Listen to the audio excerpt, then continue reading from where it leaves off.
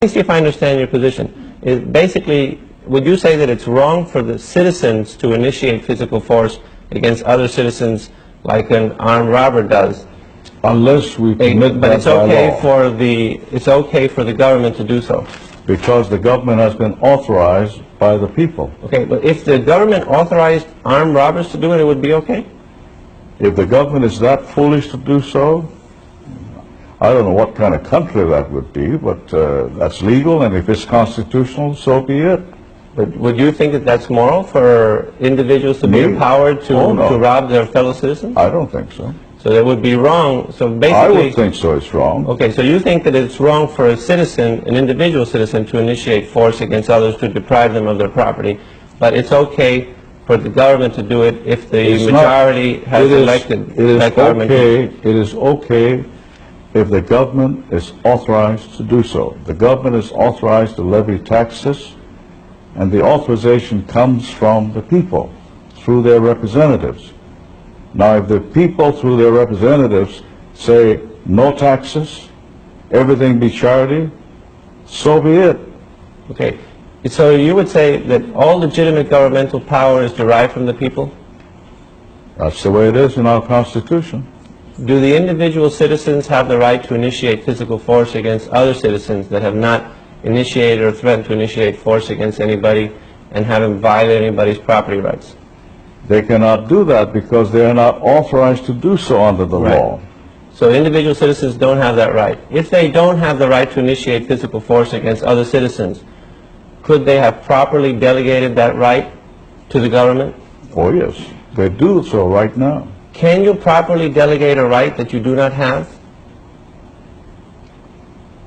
You can give the right to their representatives to make laws that will authorize or make prohibitive certain activities. So you think that you can delegate absolutely. a right that you don't have? You can properly delegate a right that you don't have? You cannot tax your neighbor, but you can authorize me as your senator to vote for a program that will tax your neighbor. Okay, so if you say that a person can properly delegate a right that they do not have, is that correct?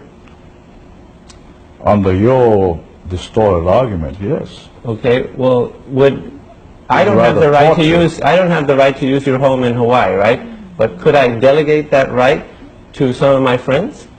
No way. Right, so you really can't delegate a right that you don't have. You have to have the right in order to delegate We're it, right? talking about the government here. Right, but you agreed that the individuals do not have But the right. you can authorize the government Right, but did you to agree? take over my residence. Okay, but do you agree that the individuals did not have the right to initiate force against the other individuals? They don't have that right. No. So Although some people think they do. then they could not have delegated that right if they didn't have it. They would delegate authority to us, their representatives, to make laws in their best interest. So even if they don't have the right, they can delegate it to somebody else. To make laws that might do that. So then you think that you can actually delegate a right that you do not have. I don't know why you use this tortured route. Well, You know what I'm saying.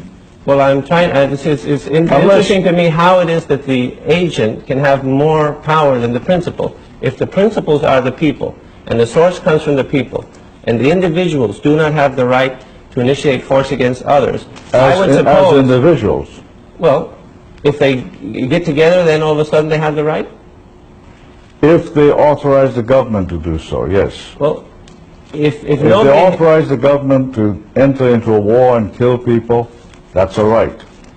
Well, where does this right come from if it doesn't come from the people? The people through the Constitution. Well, the Constitution was made by the people, right? That's right.